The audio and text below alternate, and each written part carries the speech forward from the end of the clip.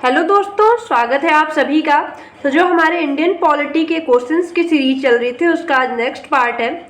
इसमें भी 30 questions included हैं। सारे क्वेश्चंस मोस्ट रिपीटेड क्वेश्चंस हैं, बहुत बार पूछे गए हैं, एसएससी में बहुत बार रिपीट हुए हैं। तो किसी भी कम्पिटिटिव एग्जाम में अगर आप बैठते हैं तो ये सारे क्वेश्चन आपके लिए बहुत ज़्यादा हेल्पफुल होने वाले हैं। तो पूरा क्वेश्चंस को आप ज़रूर देख लें।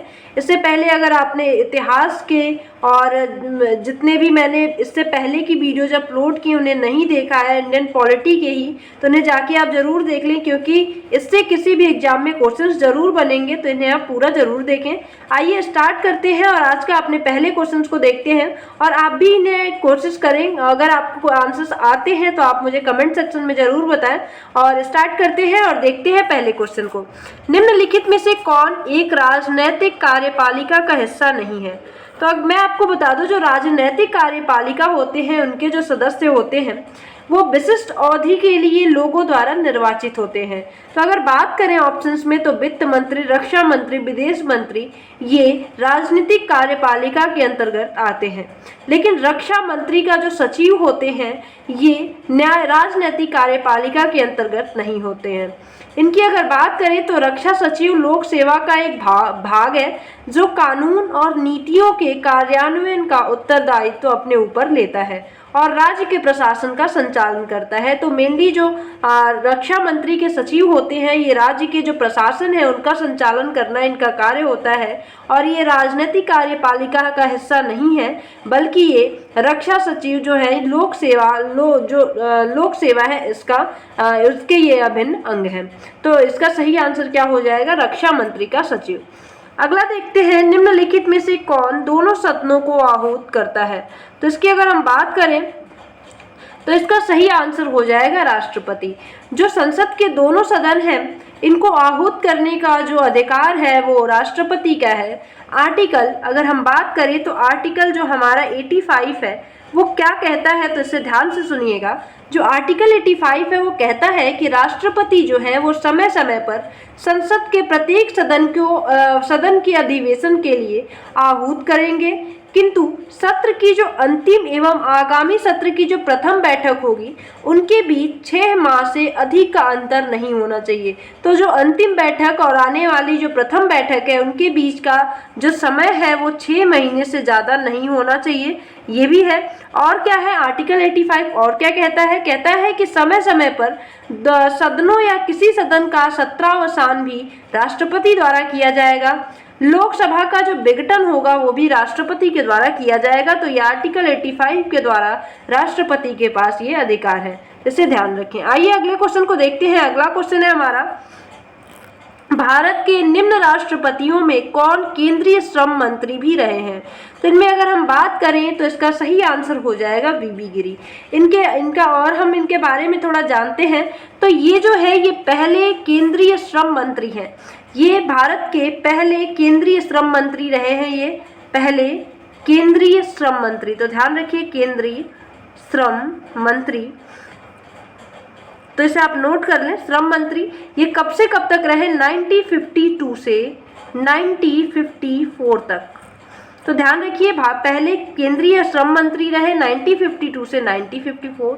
फिर बात करें तो ये तीसरे नंबर के उपराष्ट्रपति भी भारत के रहे, उपराष्ट्रपति भी रहे। कब से रहे? तो ध्यान रखिए 13 मई 1967 से 3 मई 1969। तो 13 मई 1969 से 3 मई 1969 तक ये भारत के तीसरे उपराष्ट्रपति के पद पे भी रहे हैं। और बात करें तो 24 अगस्त 1969 से 24 अगस्त 1974 तक इन्होंने चौथे राष्ट्रपति का पदभार भी संभाला है। तो इनके बारे में हमें ये ध्यान रखना है कि इनको 1952 से 1954 केंद्रीय श्रम मंत्री, तीसरे उपराष्ट्रपति के पद को भी इन्होंने सुशोभित किया है 1967 से 1969 तक। उसके बाद 1969 से 1974 तक इन्होंने चौथे राष्ट्रपति के पद को भी सुशोभित किया है। तो इसे आप ध्यान रखें। तो आइए अगले क्वेश्चन को देखते हैं। अगला क्वेश्चन है हमारा कि भारतीय संविधान का भारतीय संविधान डैश का संबंध युद्ध, बाहरी आक्रमण, सशस्त्र विद्रोह के कारण लगाए जाने वाले आपातकाल से है। तो इसमें अगर हम बात करें तो सशस्त्र विद्रोह या बाहरी आक्रमण के कारण भारत में आपातकाल राष्ट्रपति द्वारा लगाया जा सकता है। ये अधिकार आर्टिकल 352 के तहत दिया गया है। आर्टिकल 352 के तहत दिया गया है। इसके बारे में हमने प्रीवियस वीडियो में बहुत डिटेल्स इसके बारे में जाना है, तो उसे आप जाके एक बार जरूर देख लें। आइए अगले क्वेश्चन को देखते हैं। अगला क्वेश्चन है, राज्यसभा के सदस्य के लिए न्यूनतम आयु क्या है? तो इसको जानते हैं। तो इसका सही आंसर क्या हो जाएगा? 30 वर्ष। इसका सही आंसर हो जाएगा 30 वर्ष। 30 वर्ष जो है ये राज्यसभा के सदस्य के लिए न्यूनतम आयु है। न्यूनतम आयु क्या है? 30 वर्ष। और इसके बारे में थोड़ा सा जानते हैं। ये हमारा जो आर्टिकल 84B है, इसके तहत कहा गया है। आर्टिकल, ये भी ध्यान रखिए, आर्टिकल 84B के तहत कहा गया है कि जो न्यूनतम आयु होगी राज्यसभा के सदस्य की वो 30 ईयर्स होगी, 30 वर्ष की होगी। और बात करें तो अगर राज्यसभा की बात करें तो इसके सदस्यों की संख्या कितनी होती है? 250 होती है। परंतु वर्तमान में इसके जो सदस्य हैं वो 245 है। 245 इसके वर्तमान में सदस्य हैं। इनका जो कार्यकाल होता है वो 6 वर्ष का होता है। जैसे आप ध्यान रखिए, इनका कार्यकाल 6 साल का होता है। तो ये आप, उम्मीद करती हूँ क्वेश्चन आपको कंफर्म हो गया होगा। आइए अगले क्वेश्चन को देखते हैं। अगला क्वेश्चन है, निम्नलिखित में से कौन यह तय करता है कि कोई विधेयक कोई विशेष विधेयक धन विधेयक है या नहीं है? तो कोई विधेयक धन विधेयक है या नहीं है, इसको बताने का अधिकार, उसको तय करने का अधिकार लोकसभा के अध्यक्ष को है। लोकसभा के अध्यक्ष के पास ही ये सिर्फ और सिर्फ अधिकार है कि वो तय करें कि कोई विधेयक धन विधेयक है कि नहीं है। अब हम थोड़ा सा जानते हैं धन विधेयक के बारे में। तो पहली बात तो वित्त विधेयक के बारे में हमारे भारतीय संविधान आर्टिकल 112 में डिस्कस किया गया है। आर्टिकल जो 112 है इसमें वित्त विधेयक के बारे में बताया गया है। वित्त विधेयक के अंतर्गत ही धन विधेयक आता है, परंतु सभी धन विधेयक वित्त विधेयक नहीं हो, थोड़ा सा इसको कंफर्म करते हैं। जो सभी जितने भी वित्त विधेयक हैं वो सभी धन विधेयक नहीं होते हैं। तो ध्यान रखिए, जो आर्टिकल 112 है वो वित्त विधेयक के बारे में चर्चा करता है। धन विधेयक की अगर बात करें तो केवल लोकसभा में पेश किया जाता है। धन विधेयक केवल और केवल लोकसभा में पेश किया जाता है, जिसे ध्यान रखें। अगली बात अगर हम करें तो धन विधेयक जो होते हैं, राष्ट्रपति जो है उन्हें पुनः विचार के लिए लौटा नहीं सकते हैं। तो धन विधेयक को राष्ट्रपति पुनः विचार के लिए लौटा नहीं सकते हैं। और बात करते हैं सभी जो वित्त विधेयक हैं वो धन विधेयक नहीं होते हैं। तो ये भी कंफर्म कर लें, ये भी क्वेश्चन पूछा जाता है कि क्या सभी वित्त विधेयक धन विधेयक होते हैं? तो इसका आंसर होगा नहीं, सभी वित्त विधेयक धन विधेयक नहीं होते हैं। अगले क्वेश्चन को देखते हैं। अगला क्वेश्चन है, वित्त आयोग का गठन कितनी अवधि के लिए होता है? तो जो वित्त आयोग है इसकी गठन की अगर बात करें तो इसकी जो अवधि होती है वो 5 वर्ष की होती है। अगर बात करें तो आर्टिकल जो हमारा 280 है, आर्टिकल 280 बात करता है वित्त आयोग के गठन के प्रावधान का। तो जो वित्त आयोग का गठन का प्रावधान है वो आर्टिकल 280 में दिया गया है। वित्त आयोग के सदस्यों की जो नियुक्ति होती है वो राष्ट्रपति के द्वारा किया जाता है। तो सदस्यों की नियुक्ति राष्ट्रपति के द्वारा किया जाता है, इसे भी ध्यान रखें। अगले क्वेश्चन को देखते हैं। भारतीय संसद में शामिल है, तो जो हमारा भारतीय संसद है उसमें कौन कौन सी चीजें आती हैं, कौन कौन आता है? तो इसका सही ऑप्शन हो जाएगा राष्ट्रपति, लोकसभा और राज्यसभा। ये अगर बात करें तो संसद के ये 3 अंग हैं। संसद के 3 अंग हैं, कौन कौन से? राष्ट्रपति, लोकसभा और राज्यसभा। लेकिन अगर बात करें तो जो राष्ट्रपति होता है वो संसद के किसी भी सदन का सदस्य नहीं होता है। बातचीत या किसी भी विषय पे चर्चा करने, संसद में बैठक करने का अधिकार राष्ट्रपति के पास नहीं है, या राष्ट्रपति किसी भी संसद के किसी भी सदन का सदस्य नहीं होता है। अगले क्वेश्चन को देखते हैं। निम्नलिखित में से किसने सबसे कम समय के लिए भारत के राष्ट्रपति के रूप में कार्य किया? तो अगर हम इसकी बात करें तो इसका सही आंसर क्या हो जाएगा? तो इसका सही आंसर हो जाएगा डॉक्टर जाकिर हुसैन। जो डॉक्टर जाकिर हुसैन थे, इन्होंने 2 वर्ष की अवधि तक ही अपना कार्यभार संभाला। इनकी असमय मृत्यु हो गई। तो जो सबसे कम समय तक जो थे राष्ट्रपति के पद पर, वो डॉक्टर जाकिर हुसैन जी थे।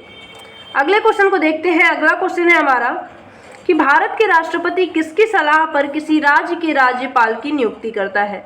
तो अगर बात करें तो राज्य के राज्यपाल की नियुक्ति राष्ट्रपति के द्वारा की जाती है, परंतु मंत्रिपरिषद या प्रधानमंत्री की सलाह पर। तो ये अगर बात करें तो भारत के जो प्रधानमंत्री हैं या मंत्रिपरिषद है, उसकी सलाह पर राष्ट्रपति किसी राज्य के राज्यपाल की नियुक्ति करते हैं।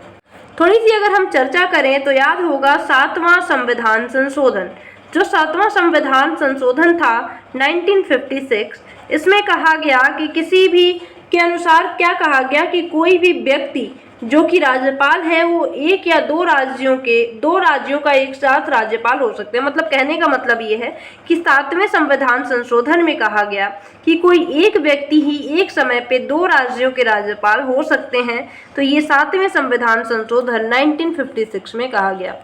अगले क्वेश्चन को देखते हैं। भारत का राष्ट्रपति लोकसभा को कार्यकाल पूरा करने से पहले भंग कर सकता है। तो इसकी अगर हम बात करें तो इसका सही आंसर क्या हो, मतलब ये क्वेश्चन पहले तो पूछ ये रहा है कि जो भारत के राष्ट्रपति हैं, लोकसभा का कार्यकाल पूरा होने से पहले अगर वो क्या करें, लोकसभा का कार्यकाल पूरा करने से पहले ही उसे भंग कर दे, तो किसकी सहमति पे, किसकी सलाह पे करते हैं ऐसा वो, तो वो भारत के प्रधानमंत्री की सलाह पे ऐसा करते हैं। तो अगर हम बात करें तो लोकसभा के कार्यकाल की समाप्ति 2 तरीके से हो सकती है। आर्टिकल 85 2B के तहत, आर्टिकल 85 2B के तहत ऐसा है कि जो राष्ट्रपति हैं वो लोकसभा का कार्यकाल पूरा होने से पहले ही प्रधानमंत्री की सलाह पर भंग कर सकते हैं, या फिर 5 वर्ष का कार्यकाल पूरा होने पर भी लोकसभा भंग हो जाती है। तो इसका सही आंसर क्या हो जाएगा, प्रधानमंत्री की सलाह पर। अगले क्वेश्चन को देखते हैं। भारत के उपराष्ट्रपति डैश के पदेन अध्यक्ष भी होते हैं। तो जो भारत के उपराष्ट्रपति होते हैं वो राज्यसभा के पदेन सभापति भी होते हैं। तो इसका सही आंसर क्या हो जाएगा, राज्यसभा। ऐसा किसमें कहा गया है, तो ये ध्यान रखिए, आर्टिकल जो हमारा 64 है ऐसा कहता है कि जो भारत के उपराष्ट्रपति हैं वो राज्य के पदेन सभापति भी होते हैं। अगले क्वेश्चन को देखते हैं। निम्नलिखित में से कौन भारत के वित्तीय आपातकाल को घोषित करता है। तो अगर भारत में वित्तीय आपातकाल आ जाती है, वित्तीय संकट देखने को मिलता है, तो आर्टिकल 360 के तहत राष्ट्रपति द्वारा वित्तीय आपातकाल की घोषणा की जाती है। तो देश की आर्थिक स्थिति अगर खराब हो जाए तो आर्टिकल 360 के तहत, ये भी ध्यान रखिए, आर्टिकल 360 के तहत देश में वित्तीय आपातकाल राष्ट्रपति के द्वारा लागू किया जा सकता है। अगर इसकी बात करें तो अभी तक भारत में एक भी बार वित्तीय आपातकाल नहीं लगा है। अगले क्वेश्चन को देखते हैं। वित्तीय आपातकाल कितने समय के लिए लागू की जा सकती है। तो वित्तीय आपातकाल की बात करें तो ये लगने के बाद इसकी कोई अनिश्चित काल तक ये लागू हो जाता है, इसकी कोई समय सीमा नहीं निर्धारित है। तो अगर हम बात करें तो संसद के अगर दोनों सदनों द्वारा अनुमोदन हो जाता है तो इसके बाद यह अनिश्चित काल तक लागू रहता है, और जारी रखने के लिए संसद के पुनः अनुमोदन की आवश्यकता भी नहीं होती है। तो ध्यान रखिए, वित्तीय आपातकाल की समय सीमा निर्धारित नहीं है। अगले क्वेश्चन को देखते हैं। निम्नलिखित में से कौन राष्ट्रपति के चुनाव में हिस्सा नहीं लेते हैं। तो अगर हम बात करें तो राष्ट्रपति के चुनाव में कौन कौन हिस्सा लेता है, तो पहली बात तो दोनों सदनों के जो चुने हुए सदस्य हैं वो हिस्सा लेते हैं। विधानसभा के भी जो चुने हुए सदस्य हैं वो भी हिस्सा लेते हैं। दिल्ली और पुडुचेरी जो 2 केंद्र शासित प्रदेश हैं, इनके भी चुने हुए सदस्य इसमें हिस्सा लेते हैं। लेकिन विधानसभा के नामांकित जो सदस्य हैं ये राष्ट्रपति के चुनाव में हिस्सा नहीं लेते हैं। तो ध्यान रखिए, विधानसभा के नामांकित सदस्य हिस्सा नहीं लेते हैं, बल्कि चुने हुए सदस्य हिस्सा लेते हैं। अगले क्वेश्चन को देखते हैं। निम्न में से कौन भारत के सबसे अधिक समय तक राष्ट्रपति रहे हैं। तो इसका सही आंसर क्या हो जाएगा, राजेंद्र प्रसाद जी। राजेंद्र प्रसाद भारत के सबसे ज़्यादा समय तक रहने वाले राष्ट्रपति हैं। ये इनकी अगर बात करें तो इन्होंने 12 साल 107 दिन तक भारत के राष्ट्रपति पद को सुशोभित किया है। ये 26 जनवरी 1950, ये भी ध्यान रखिए, 26 जनवरी 1950 से लेकर के 13 मई 13 मई 1962 तक इन्होंने कार्यभार संभाला था। तो ध्यान रखिए, तो सबसे ज्यादा समय तक जो राष्ट्रपति पद को रहे थे वो डॉक्टर राजेंद्र प्रसाद जी थे। आइए अगले क्वेश्चन को देखते हैं। अगला क्वेश्चन है हमारा, भारतीय संविधान के निम्नलिखित में से कौन सा अनुच्छेद भारत के राष्ट्रपति के चुनाव से संबंधित है? तो अगर हम बात करें तो कौन सा आर्टिकल भारत के राष्ट्रपति के चुनाव से संबंधित है? तो आर्टिकल 54 जो है ये राष्ट्रपति के चुनाव से संबंधित है। अगले क्वेश्चन को देखते हैं, रामनाथ कोविंद भारत के कितने नंबर के राष्ट्रपति हैं? तो अगर बात करें तो रामनाथ कोविंद जी भारत के 14वें नंबर के राष्ट्रपति रहे हैं। और इस टाइम की अगर बात करें तो श्रीमती द्रौपदी मुर्मू जी भारत की 15वें नंबर की राष्ट्रपति पद के लिए इस टाइम है। तो अगले क्वेश्चन को देखते हैं। अगला क्वेश्चन है, भारत संविधान के अनुच्छेद 274 के अनुसार कराधान को प्रभावित करने वाले विधेयकों के लिए किसकी पूर्व सिफारिश की आवश्यकता है? तो अगर हम बात करें कि कोई ऐसा विधेयक है जो कि राज्य की कराधान, राज्य की जो भी चीज़ें हैं, राज्य की संवैधानिक तंत्र हैं, उनमें अगर कोई प्रॉब्लम आती है आर्टिकल 274 के तहत, तो इसकी बात करें तो इनके लिए पूर्व सिफारिश की ज़रूरत है। उसकी सिफारिश राष्ट्रपति की सिफारिश की ज़रूरत पड़ती है। तो अगर बात करें तो आर्टिकल 274 अगर कराधान को प्रभावित करने वाला कोई विधेयक आता है तो राष्ट्रपति के पूर्व सिफारिश की आवश्यकता होती है। अगले क्वेश्चन को देखते हैं, राष्ट्रपति किसी राज्य के डैश से एक रिपोर्ट प्राप्त होने पर अनुच्छेद 356 के तहत आपातकाल की घोषणा करता है। तो अगर इसकी बात करें किसके द्वारा अगर रिपोर्ट प्राप्त होती है, अगर मान लीजिए किसी राज्य में संवैधानिक तंत्र विफल हो गया है तो जो उस राज्य के राज्यपाल होते हैं वो राष्ट्रपति को एक रिपोर्ट सौंपते हैं और जिसके तहत जो राष्ट्रपति हैं आर्टिकल 356 के तहत उस राज्य में राष्ट्रपति शासन लागू कर सकते हैं। तो राष्ट्रपति शासन लागू करने के लिए राज्यपाल द्वारा राष्ट्रपति को निर्देश बताया जाता है, रिपोर्ट दिया जाता है कि इस राज्य में संवैधानिक तंत्र विफल हो गया है, और तब क्या करते हैं राष्ट्रपति आर्टिकल 356 के तहत उस राज्य में राष्ट्रपति शासन लागू करते हैं। अगले क्वेश्चन को देखते हैं, जब राजीव गांधी ने प्रधानमंत्री पद की शपथ ली उस समय भारत के राष्ट्रपति कौन थे? तो उस समय पे ज्ञानी जैल सिंह जी भारत के राष्ट्रपति पद पे थे। अगला क्वेश्चन है, प्रधानमंत्री और भारतीय संघ के अन्य मंत्रियों की नियुक्ति राष्ट्रपति द्वारा निम्नलिखित में से किसके अंतर्गत किया जाता है? तो आर्टिकल 75 के तहत प्रधानमंत्री की नियुक्ति राष्ट्रपति के द्वारा और अन्य सदस्यों की नियुक्ति, मंत्रिपरिषद के अन्य सदस्यों की नियुक्ति प्रधानमंत्री के सलाह पे राष्ट्रपति के द्वारा किया जाता है। अगले क्वेश्चन को देखते हैं। अगला क्वेश्चन है हमारा, भारतीय संविधान का निम्नलिखित में से कौन सा अनुच्छेद राष्ट्रपति पर महाभियोग हेतु प्रक्रिया का प्रावधान करता है? तो राष्ट्रपति पर महाभियोग की प्रक्रिया का प्रावधान किस आर्टिकल में है? तो आर्टिकल 61 जो है ये महाभियोग की प्रक्रिया का प्रावधान करता है। अगले क्वेश्चन को देखते हैं, निम्नलिखित में से भारत के उपराष्ट्रपति कभी नहीं बने हैं? तो इनमें से कौन है जो भारत के उपराष्ट्रपति पद पे कभी नहीं रहे हैं? तो इनका सही आंसर क्या हो जाएगा? गुलजारी लाल नंदा। गुलजारी लाल नंदा जो है ये कभी भी उपराष्ट्रपति पद पर नहीं रहे हैं। लेकिन इनकी बात करें तो जब 1964 में जवाहरलाल नेहरू की असामयिक मृत्यु हो गई और 1966 में जब लाल बहादुर शास्त्री जी की मृत्यु हो गई तो उस दोनों समय पे गुलजारी लाल नंदा जी ने 2 बार भारत के कार्यवाहक प्रधानमंत्री के रूप में कार्य किया है। तो जवाहरलाल नेहरू के समय पे भी और लाल बहादुर शास्त्री की मृत्यु के बाद भी गुलजारी लाल नंदा जी ने कार्यवाहक प्रधानमंत्री प्रधानमंत्री के रूप में कार्य किया है।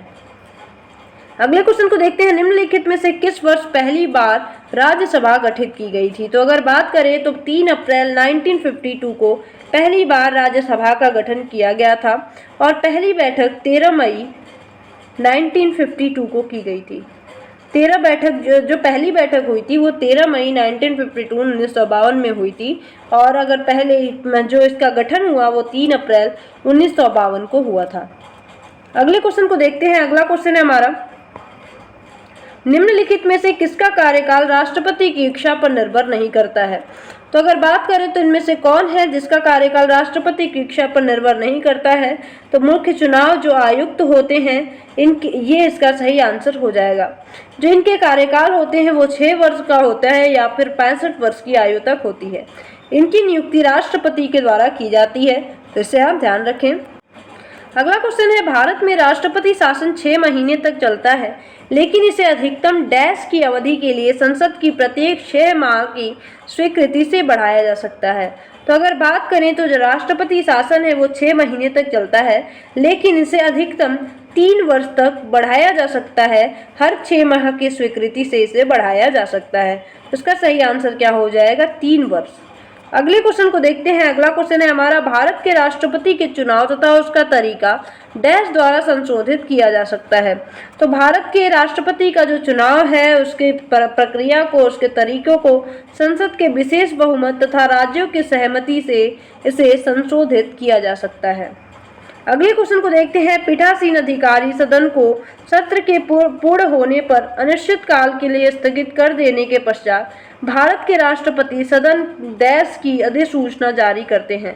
तो जब जो सदन है उसका सत्र अगर पूरा हो जाता है तो पीठासीन अधिकारी द्वारा उसे स्थगित कर दिया जाता है, लेकिन राष्ट्रपति के द्वारा उसे पुनः सत्रावसान उसका किया जाता है। तो इसका सही आंसर क्या हो जाएगा? सत्रावसान। अगले क्वेश्चन को देखते हैं। भारत के प्रथम उपराष्ट्रपति कौन थे? तो ये बहुत सिंपल सा आंसर है इसका, सर्वपल्ली राधाकृष्णन जी ये भारत के प्रथम उपराष्ट्रपति थे। इनका कार्यकाल 1952 से 1962 तक रहा था। तो ये इसका सही आंसर हो जाएगा। उम्मीद करती हूँ बीट क्वेश्चंस आपको समझ में आए होंगे, और अगर कोई बोलने में कभी कोई छोटी सी मिस्टेक हो जाए तो उसके लिए सॉरी। आप उसे कमेंट सेक्शन में ज़रूर करेक्ट कर दें। कमेंट सेक्शन में मुझे ज़रूर बता दें, अगली बार से मैं उसे करेक्ट करने की पूरी कोशिश करूँगी। Thank you so much. अगर चैनल को आपने सब्सक्राइब नहीं किया तो प्लीज़ सब्सक्राइब भी ज़रूर कर लें। Thank you so much.